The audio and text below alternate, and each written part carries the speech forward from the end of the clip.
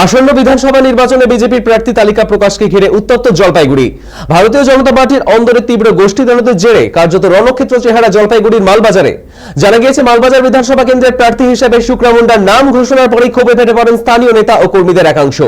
পরে সেই ক্ষোভ চরমে পৌঁছয়। মাল শহরের গুরজং ঝোড়া মোড়ে অবস্থিত বিজেপির কার্যালয়ে হঠাৎই চড়াও হয় কয়েকশো বিক্ষুব্ধ কর্মী। টিনের গেট ভেঙে ভেতরে ঢুকে ব্যাপক ভাঙচুর চালানো হয়েছে। কার্যালয়ের ভেতরে থাকা আসবাবপত্র ভেঙে ফেলা হয় এবং দেওয়ালে থাকা দলীয় পোস্টার ও ফ্লেক্স ছিঁড়ে ফেলা হয়। পরিস্থিতি আরো জটিল হয় যখন ছেঁড়া পোস্টারগুলি জাতীয় সড়কের ধারে জড়ো করে তাতে আগুন ধরিয়ে দেওয়া হয়। এই ঘটনাকে কেন্দ্র করে গোটা এলাকায় তীব্র উত্তেজনা ছড়িয়ে পড়ে।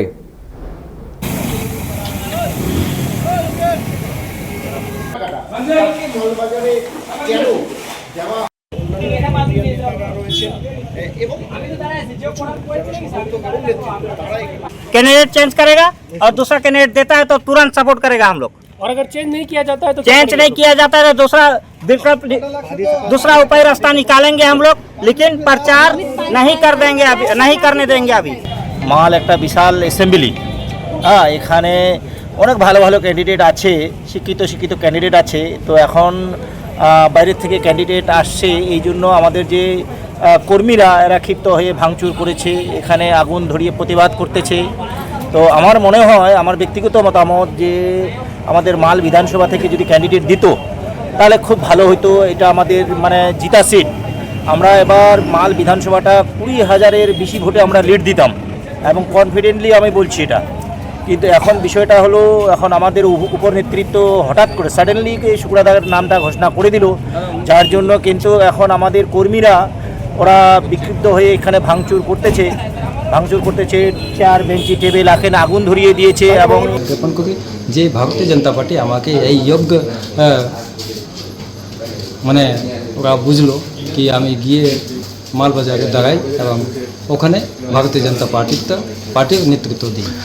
হয়তো ওরা এখন অ্যাকসেপ্ট করতে পারছে না কি একটা নাগারঘাটা থেকে গিয়ে একটা মালবাজারে একটা পার্টির ক্যান্ডিডেট হয়েছে, সেটাও হয়তো কোনো কারণে ওরা অ্যাকসেপ্ট করতে পারছে না। সেটাকে আমি ওদেরকে পক্ষে কোনো রাগ নেই, ওদেরকে আমি দোষও দিব না। আমি ওদের সাথে বসবো, ওদের সাথে কাজ করবো। तो उनके दल के अंदर में कोई भी बात विवाद तोड़फोड़ अगर हो भी है तो उनका अंदरूनी मामला है।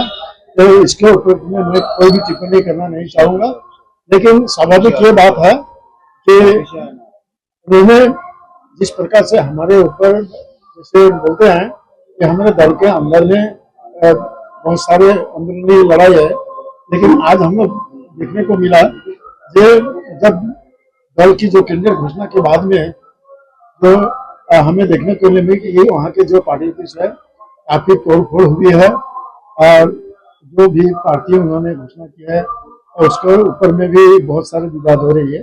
तो उनका अंदरूनी मामला है, इसके ऊपर में कोई भी बहस नहीं करना।